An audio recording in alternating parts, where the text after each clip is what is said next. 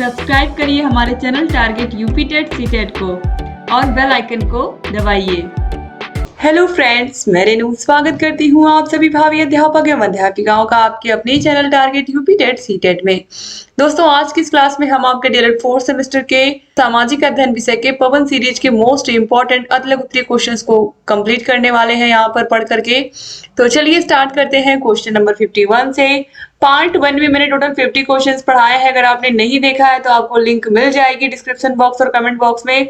तो चलिए स्टार्ट करते हैं क्वेश्चन नंबर 51 से। प्रथम पंचवर्षीय योजना कब लागू हुई थी? आपको पता है कि पंचवर्षीय योजना, जिसे हम योजना आयोग भी कहते हैं, अब इसका नाम बदल करके नीति आयोग कर दिया गया है। और ये जो प्रथम पंचवर्षीय योजना है ये 1951 से 1956 तक चली थी। ठीक है, जिसमें हम 5 वर्ष की देश के विकास की योजना बनाते हैं। आगे बढ़ते हैं क्वेश्चन नंबर 52 पर। भारत में चांदी मुख्यतः किस प्रदेश में पाई जाती है? तो भारत में चांदी मुख्यतः कर्नाटक के कोलार, राजस्थान में जाबर, बिहार में मानभूम, आंध्र प्रदेश में कड़या आदि में पाई जाती है। क्वेश्चन नंबर 53 है और बहुत इंपॉर्टेंट प्रश्न है कि सुलह कुल महोत्सव कहाँ मनाया जाता है? सुलह कुल महोत्सव कहाँ मनाया जाता है? तो सुलह कुल महोत्सव हिंदू मुसलमान एकता के प्रतीक आगरा में मनाया जाता है। हिंदू मुस्लिम एकता के प्रतीक के रूप में हम इस त्योहार को मनाते हैं, जिसका नाम है सुलह कुल महोत्सव।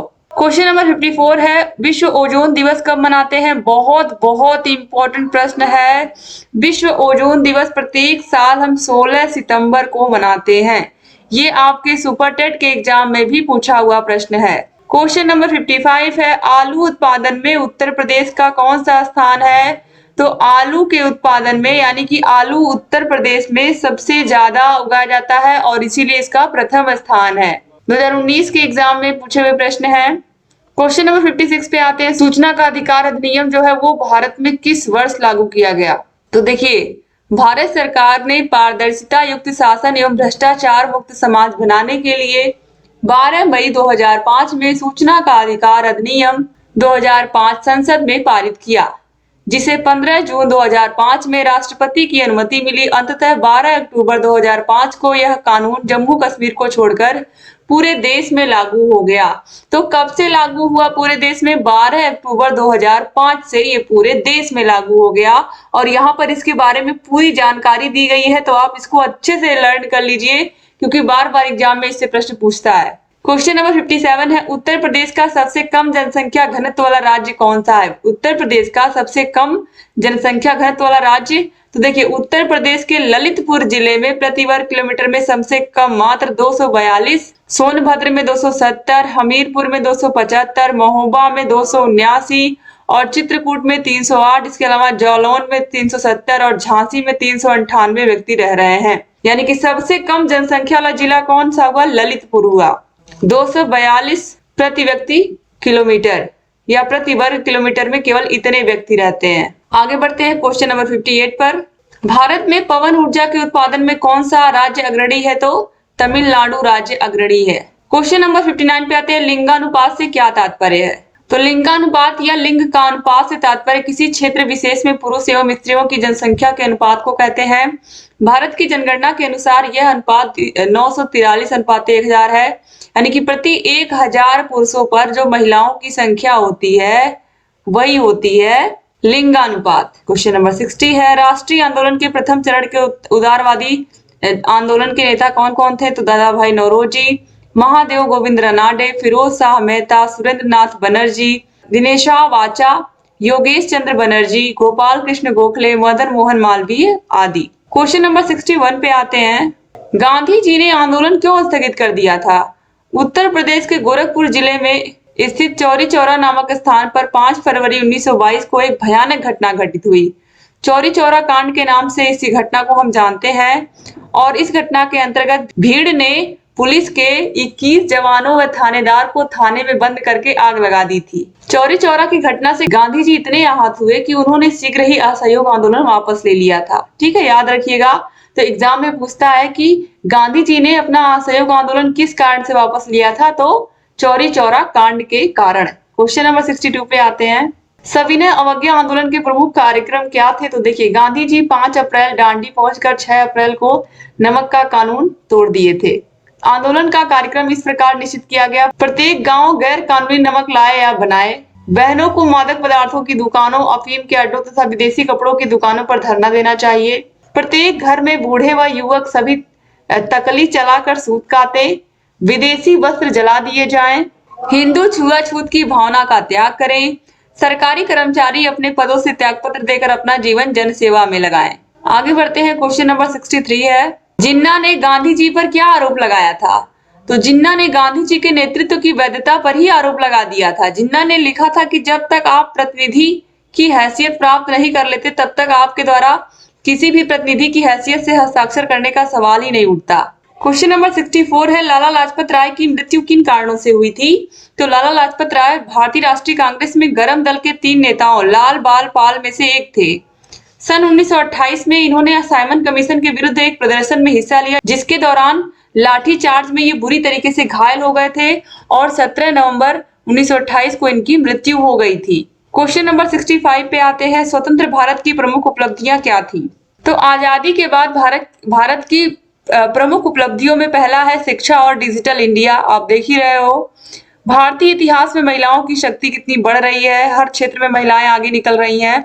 स्वतंत्रता के बाद से अर्थव्यवस्था में कैसे बदलाव हुए, मतदान का अधिकार, प्रौद्योगिकी और अंतरिक्ष के विविध कार्यक्रम, विविधता में एकता, उत्पादन के मामले में भारतीय रेलवे का नेटवर्क, भारतीय सशस्त्र बल आदि, ये सभी तेजी से आगे बढ़े हैं और हमारा देश आगे बढ़ा है।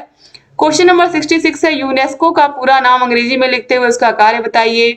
तो United Nations Educational Scientific and Cultural Organization, ये इसका पूरा फुल फॉर्म है। इसका कार्य शिक्षा, प्रकृति, समाज, विज्ञान, संस्कृति तथा संचार के माध्यम से अंतरराष्ट्रीय शांति को बढ़ावा देना, अंतरराष्ट्रीय कानून के अनुसार झगड़ों का निपटारा करना आदि है। अब इसके उद्देश्य क्या है? तो यूनेस्को के शिक्षा एवं संस्कृति के अंतर्गत सहयोग से शांति एवं सुरक्षा की स्थापना करना। क्वेश्चन नंबर 67 पे आते हैं, भारत के अंतर्गत कौन कौन से द्वीप समूह आते हैं? तो द्वीप समूह में बंगाल की खाड़ी में उत्तर दक्षिण की ओर फैला है, जिसे अंडमान निकोबार द्वीप समूह, तथा दूसरा केरल राज्य के पश्चिम में अरब सागर के पीछे, जिसे हम लक्षद्वीप समूह कहते हैं। अंडमान निकोबार में छोटी छोटी पहाड़ियां हैं तथा अधिकांश भूमि ढालू है, घने जंगल है और यहाँ नारियल खूब पैदा होता है। क्वेश्चन नंबर 68 पे आते हैं, भारतीय जलवायु को प्रभावित करने वाले कारक बताइए। तो भारतीय जलवायु को प्रभावित करने वाले कारकों में है अक्षांशीय स्थिति, समुद्र तल से ऊंचाई, पर्वतों की दिशा, सागरीय प्रवाह, पवन दिशा, वायुमंडलीय दाब या वायुमंडलीय दबाव, जल स्थल वितरण और धरातलीय बनावट, इन सभी का जलवायु पर विशेष प्रभाव पड़ता है। क्वेश्चन नंबर 69 है, बहुत इंपॉर्टेंट प्रश्न है कि प्राकृतिक आपदाएं कौन सी होती हैं? तो भूकंप, बाढ़, महामारी, तूफान, आंधी, ये सब प्राकृतिक आपदाएं होती हैं जिनके ऊपर हमारा कोई बस नहीं होता। भूकंप, भूस्खलन, ये सब। क्वेश्चन नंबर 70 है, चक्रवात को और किन किन नामों से जानते हैं? तो चक्रवात चक्र, बवंडर, झंझावत, घूर्णन वायु, ये सब 2018 के एग्जाम में पूछे हुए प्रश्न है। क्वेश्चन नंबर 71 है, पराबैंगनी किरणों से होने वाली 2 घातक बीमारियों के नाम बताइए। तो त्वचा के कैंसर का ये कारण होती है, सनबर्न का ये प्रमुख कारण होती है और आंखों के लिए ये हानिकारक है। ठीक है, आगे बढ़ते हैं। क्वेश्चन नंबर 72 है, उत्तर प्रदेश में मिट्टी का उपयोग किन किन कार्यों में होता है? तो पेड़ पौधे मिट्टी के जल के साथ खनिज लवण का अवशोषण करते हैं एवं जल तथा कार्बन डाइऑक्साइड की सहायता से सूर्य के प्रकाश की उपस्थिति में अपना भोजन स्वयं बनाते हैं। मिट्टी का उपयोग बर्तन निर्माण जैसे कि सुराही बनाने में, मटके बनाने में, कुल्हड़ बनाने में किया जाता है। इसके बाद दोस्तों यहाँ पर आप देखिए तीसरा पॉइंट है, मिट्टी का उपयोग भवन जैसे ईंटों आदि को बनाने में किया जाता है। तो मिट्टी का उपयोग आपको पता है ईंट बनाने में, ईंट भट्ठे में बहुत अधिक प्रयोग किया जाता है। वही जो मिट्टी है उसी को पका करके हम ईंट बनाते हैं ईंट भट्ठे में। क्वेश्चन नंबर 73 है, रिहंद बांध परियोजना किस प्रदेश, किस जिला तथा किस नदी पर है? तो रिहंद बांध परियोजना उत्तर प्रदेश के सोनभद्र जिले के रेणुकूट शक्तिनगर मार्ग पर पिपरी पर स्थित है। यह रिहंद नदी को बांध कर बनाया गया है। क्वेश्चन नंबर 74 है, थियोसोफिकल सोसाइटी की स्थापना किसके द्वारा की गई थी? तो रूस निवासी महिला मैडम हेलन पेट्रोवना ब्लावस्की और अमेरिका निवासी कर्नल हेनरी स्टेल ऑलकॉट ने 17 नवंबर 1875 को न्यूयॉर्क में थियोसोफिकल सोसाइटी की स्थापना की थी। क्वेश्चन नंबर 75 है यंग इंडिया नामक समाचार पत्र किसके द्वारा निकाला गया था? तो यंग इंडिया नामक साप्ताहिक जो पत्रिका थी इसे गांधी जी ने प्रकाशित करना शुरू किया था, यानी कि गांधी जी इसके संपादक थे और ये पत्रिका अंग्रेजी में निकलती थी, याद रखिएगा। इसके बाद आगे बढ़ते हैं। क्वेश्चन नंबर 76 है 1857 के स्वतंत्रता संग्राम के कारण बताइए। तो ईसाई धर्म का प्रचार, जातिवाद की उपेक्षा, चर्बी लगे कारतूसों का प्रयोग, भेदभाव की नीति, कुटीर उद्योग धंधों का विनाश, ये सब 1857 की क्रांति के प्रमुख कारण थे। 2016 में पूछा हुआ प्रश्न है और बहुत ही अच्छे से मैंने क्लासेस में आप लोगों को ये पढ़ाया भी है। क्वेश्चन नंबर 77 पे आते हैं। रानी अवंतीबाई कौन थी? तो यह रामगढ़ के शासक विक्रमादित्य की पत्नी थी, जिनकी मृत्यु के पश्चात अंग्रेजों ने उनका कोई उत्तराधिकारी न होने के कारण उन्हें रामगढ़ से हटा दिया था। क्वेश्चन नंबर 78 है श्रीमती एनी बेसेंट मूलतः कहाँ की निवासी थी? तो ये एक आयरिश महिला थी, यानी कि ये आयरलैंड की रहने वाली थी। क्वेश्चन नंबर 79 है अखिल भारतीय कांग्रेस की स्थापना कब हुई थी? इसकी स्थापना का श्रेय किसको दिया जाता है? तो अखिल भारतीय राष्ट्रीय कांग्रेस की स्थापना 1885 को हुई और इसकी स्थापना का श्रेय ए.ओ. ह्यूम को जाता है। क्वेश्चन नंबर 80 है राष्ट्रीय उदारवादी आंदोलन के प्रमुख नेता कौन थे? तो सुरेंद्र नाथ बनर्जी, के मित्रा तथा पृथ्वी चंद्र राय थे। 2016 में ये सारे प्रश्न पूछे हुए हैं, आप देख सकते हो सबके सब। क्वेश्चन नंबर 81 पे आते हैं। सविनय अवज्ञा आंदोलन के प्रमुख कार्यक्रम बताइए। तो 12 मार्च 1930 को नमक सत्याग्रह की शुरुआत हुई थी। 6 अप्रैल 1930 को नमक कानून तोड़ दिया गया था। क्वेश्चन नंबर 82 है मानसूनी जलवायु की सबसे बड़ी विशेषता लिखिए। तो इसमें ऋतुओं में परिवर्तन के अनुसार जलवायु दशाओं, तापमान, वायुदाब, हवाओं की दिशा, वर्षा आदि में परिवर्तन होता है। क्वेश्चन नंबर 83 है जेट वायुधारा किसे कहते हैं? वायुमंडल में बहने वाली तेज हवा को पश्चिम से पूर्व की तरफ बहती है, इसे हम जेट वायुधारा कहते हैं। क्वेश्चन नंबर 84 है प्राकृतिक संसाधन कौन से हैं? तो प्राकृतिक संसाधनों में कोयला है, पेट्रोल है, एलपीजी गैस है, सीएनजी, ये सब क्या है? ये सब प्राकृतिक संसाधन है जो हमें मिल रहे हैं प्रकृति से। क्वेश्चन नंबर 85 है तो उत्तर प्रदेश के किस जनपद में बांध परियोजना स्थित है? बांध परियोजना का नाम भी लिखिए। तो रिहंद बांध जो कि सोनभद्र जिले में स्थित है। 2016 में पूछा हुआ प्रश्न है। क्वेश्चन नंबर 86 है चिपको आंदोलन का किस क्षेत्र में महत्वपूर्ण योगदान रहा? तो वन बचाओ अभियान में इसका महत्वपूर्ण योगदान रहा। 2016 में पूछा हुआ प्रश्न है। क्वेश्चन नंबर 87 है जैव विविधता किसे कहते हैं? तो किसी स्थान विशेष पर पाए जाने वाले विभिन्न जंतुओं और उनकी प्रजातियों को ही हम क्या कहते हैं? जैव विविधता कहते हैं। 2016 में पूछा हुआ प्रश्न है। क्वेश्चन नंबर 88 है माल्थस का जनसंख्या सिद्धांत क्या है? तो जनाधिक्य से आशय देश में उपलब्ध खाद्य सामग्री की तुलना में जनसंख्या के अधिक होने से है। क्वेश्चन नंबर 89 है सन 1857 की क्रांति का नेतृत्वकर्ता हमने किसे चुना था? तो इस क्रांति या आंदोलन का नेतृत्वकर्ता बहादुर शाह जफर को बनाया जाए और सभी ने इसको स्वीकार भी किया था। क्वेश्चन नंबर 90 है लॉर्ड डलहौजी की विलय नीति क्या थी? तो डलहौजी देशी राज्यों को किसी न किसी बहाने से अंग्रेजी राज्य में मिलाता जा रहा था। इस कारण सभी राज्य अंग्रेजों के कट्टर शत्रु हो गए थे। क्वेश्चन नंबर 91 है 1857 की क्रांति के सामाजिक कारण क्या थे? तो अंग्रेज भारत की अशिक्षा, सामाजिक अनेकता तथा व्याप्त कुरीतियों के साथ साथ आर्थिक पिछड़ेपन और भारत पर शासनाधिकार स्थापित होने से भारतीयों को तुच्छ समझते थे। क्वेश्चन नंबर 92 है सन 1857 के स्वतंत्रता आंदोलन से जुड़े सैन्य कारण क्या थे? तो सेना में भारतीयों के साथ वेतन तथा पदों से संबंधित भेदभाव, कारतूसों में गाय एवं सुअर की चर्बी लगी होने से धार्मिक भावनाओं को ठेस पहुंचती थी। क्वेश्चन नंबर 93 है सन 1857 की क्रांति के संदेश का प्रतीक चिन्ह क्या था? तो आंदोलनकारियों ने रोटी तथा कमल के फूल को इस विद्रोह का संदेश का प्रतीक बनाया था। क्वेश्चन नंबर 94 है सन 1857 के स्वतंत्रता संग्राम की संघर्ष तिथि क्या थी? तो देखिए यहाँ पर 31 मई 1857 ये तिथि निश्चित की गई थी और ये मैंने आप लोगों को बहुविकल्पीय प्रश्न में भी बताया है। तो ये तिथि याद रखिएगा कि जो तिथि थी वो 31 मई 1857 निर्धारित की गई थी क्रांति की, लेकिन मंगल पांडे को फांसी देने के बाद ही क्रांति स्टार्ट हो गई थी। क्वेश्चन नंबर 95 है सन 1857 की क्रांति की शुरुआत किस जगह से हुई थी? तो इस आंदोलन की शुरुआत बैरकपुर से हुई थी क्योंकि यहीं पर मंगल पांडे ने एक अंग्रेज अधिकारी की हत्या की थी।